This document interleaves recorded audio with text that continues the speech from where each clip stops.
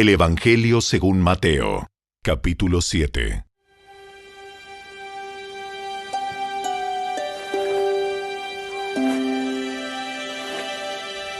No juzguen a los demás, y no serán juzgados, pues serán tratados de la misma forma en que traten a los demás. El criterio que usen para juzgar a otros es el criterio con el que se les juzgará a ustedes. ¿Y por qué te preocupas por la astilla en el ojo de tu amigo cuando tú tienes un tronco en el tuyo? ¿Cómo puedes pensar en decirle a tu amigo: déjame ayudarte a sacar la astilla de tu ojo, cuando tú no puedes ver más allá del tronco que está en tu propio ojo? Hipócrita. Primero quita el tronco de tu ojo. Después verás lo suficientemente bien para ocuparte de la astilla en el ojo de tu amigo. No desperdicies lo que es santo en gente que no es santa. No arrojes tus perlas a los cerdos. Pisotearán las perlas y luego se darán vuelta y te atacarán. Sigue pidiendo y recibirás lo que pides. Sigue buscando y encontrarás. Sigue llamando y la puerta se te abrirá. Pues todo el que pide, recibe. Todo el que busca, encuentra. Y a todo el que llama, se le abrirá la puerta. Ustedes, los que son padres, si sus hijos les piden un pedazo de pan, ¿acaso les dan una piedra en su lugar? ¿O si les piden un pescado, les dan una serpiente? ¡Claro que no! Así que si ustedes, gente pecadora, saben dar buenos regalos a sus hijos, ¿cuánto más su Padre Celestial dará buenos regalos a quienes le pidan? Haz a los demás todo lo que quieras que te hagan a ti. Esa es la esencia de todo lo que se enseña en la ley y en los profetas. Solo puedes entrar en el reino de Dios a través de la puerta angosta. La carretera al infierno es amplia y la puerta es ancha para los muchos que escogen ese camino. Sin embargo, la puerta de acceso a la vida es muy angosta y el camino es difícil. Y son solo unos pocos los que alguna vez lo encuentran. Ten cuidado de los falsos profetas que vienen disfrazados de ovejas inofensivas, pero en realidad son lobos feroces. Puedes identificarlos por su fruto, es decir, por la manera en que se comportan. ¿Acaso puedes recoger uvas de los espinos o higos de los cardos? Un buen árbol produce frutos buenos y un árbol malo produce frutos malos. Un buen árbol no puede producir frutos malos y un árbol malo no puede producir frutos buenos. Por lo tanto, todo árbol que no produce frutos buenos se corta y se arroja al fuego. Así es, de la misma manera que puedes identificar un árbol por su fruto, puedes identificar a la gente por sus acciones. No todo el que me llama Señor, Señor, entrará en el reino del cielo. Solo entrarán aquellos que verdaderamente hacen la voluntad de mi Padre que está en el cielo. El día del juicio, muchos me dirán: Señor, Señor, profetizamos en tu nombre, expulsamos demonios en tu nombre, e hicimos muchos milagros en tu nombre. Pero yo les responderé: nunca los conocí. Aléjense de mí, ustedes que violan las leyes de Dios. Todo el que escucha mi enseñanza y la sigue es sabio, como la persona que construye su casa sobre una roca sólida. Aunque llueva a cántaros y suban las aguas de la inundación y los vientos golpeen contra esa casa, no se vendrá abajo, porque está construida sobre un lecho de roca. Sin embargo, El que oye mi enseñanza y no la obedece es un necio, como la persona que construye su casa sobre la arena. Cuando vengan las lluvias y lleguen las inundaciones y los vientos golpeen contra esa casa, se derrumbará con un gran estruendo. Cuando Jesús terminó de decir esas cosas, las multitudes quedaron asombradas de su enseñanza, porque lo hacía con verdadera autoridad, algo completamente diferente de lo que hacían los maestros de la ley religiosa.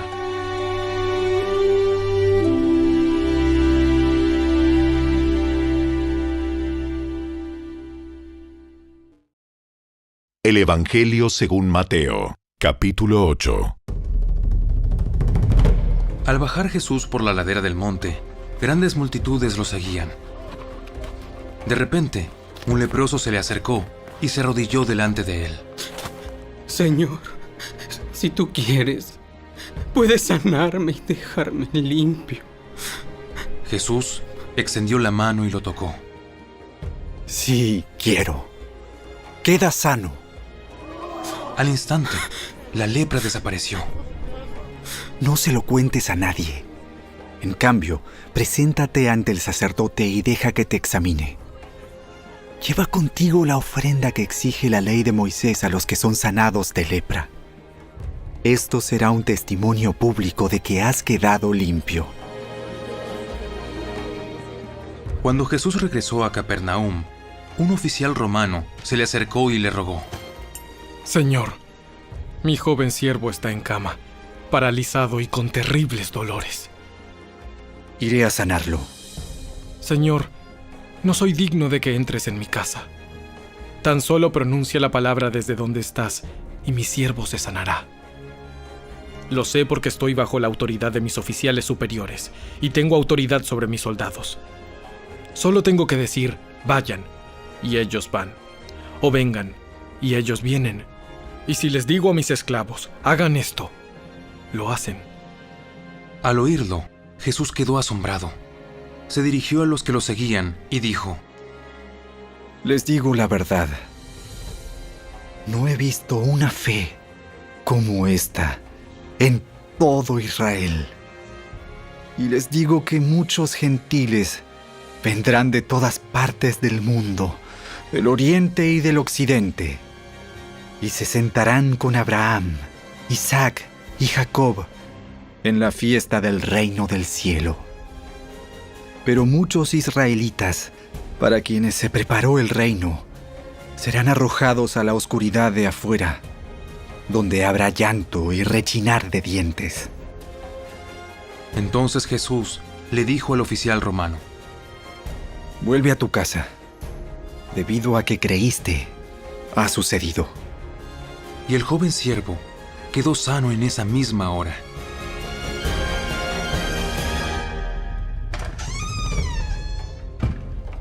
Cuando Jesús llegó a la casa de Pedro, la suegra de Pedro estaba enferma en cama con mucha fiebre. Jesús le tocó la mano y la fiebre se fue. Entonces, ella se levantó y le preparó una comida. Aquella noche, le llevaron a Jesús muchos endemoniados. Él expulsó a los espíritus malignos con una simple orden y sanó a todos los enfermos.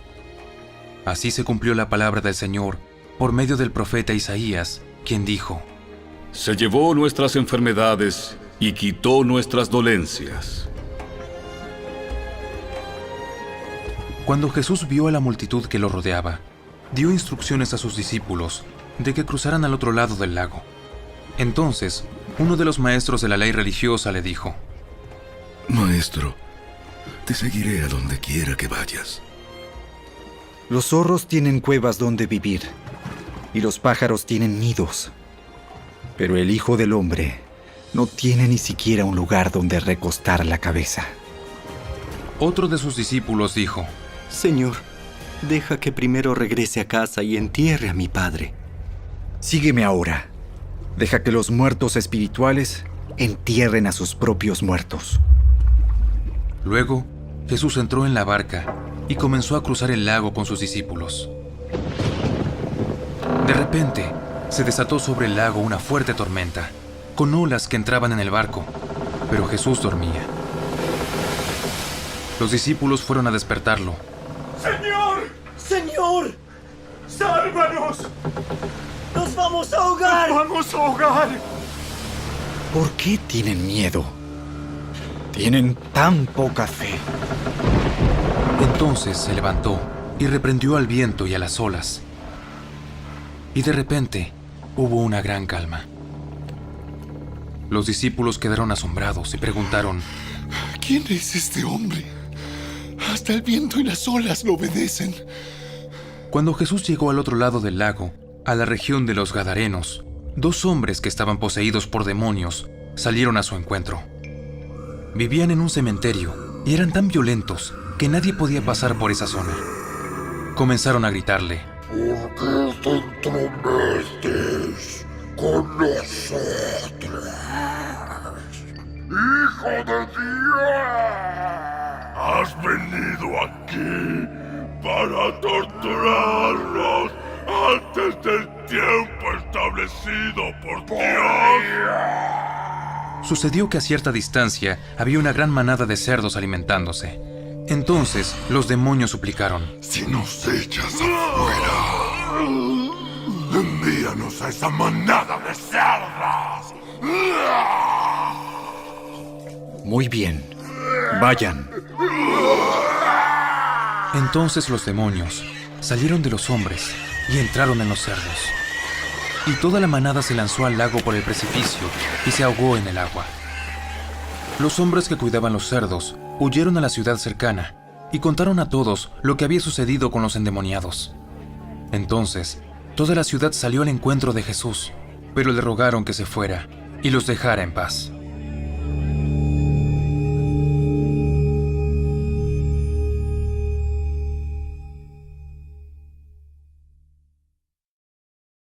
El Evangelio según Mateo, capítulo 9. Jesús subió a una barca y regresó al otro lado del lago, a su propia ciudad. Unos hombres le llevaron a un paralítico en una camilla. Al ver la fe de ellos, Jesús le dijo al paralítico: Ánimo, hijo mío. Tus pecados son perdonados. Entonces, algunos de los maestros de la ley religiosa decían en su interior: Es una blasfemia. ¿Acaso se cree que es Dios? Jesús sabía lo que ellos estaban pensando, así que les preguntó: ¿Por qué tienen pensamientos tan malvados en el corazón? ¿Qué es más fácil decir? ¿Tus pecados son perdonados? ¿O ponte de pie y camina? Así que les demostraré que el Hijo del Hombre tiene autoridad en la tierra para perdonar pecados. Entonces, Jesús miró al paralítico y dijo: Ponte de pie, toma tu camilla y vete a tu casa. El hombre se levantó de un salto y se fue a su casa. Al ver esto, el temor se apoderó de la multitud y alababan a Dios por enviar a un hombre con tanta autoridad.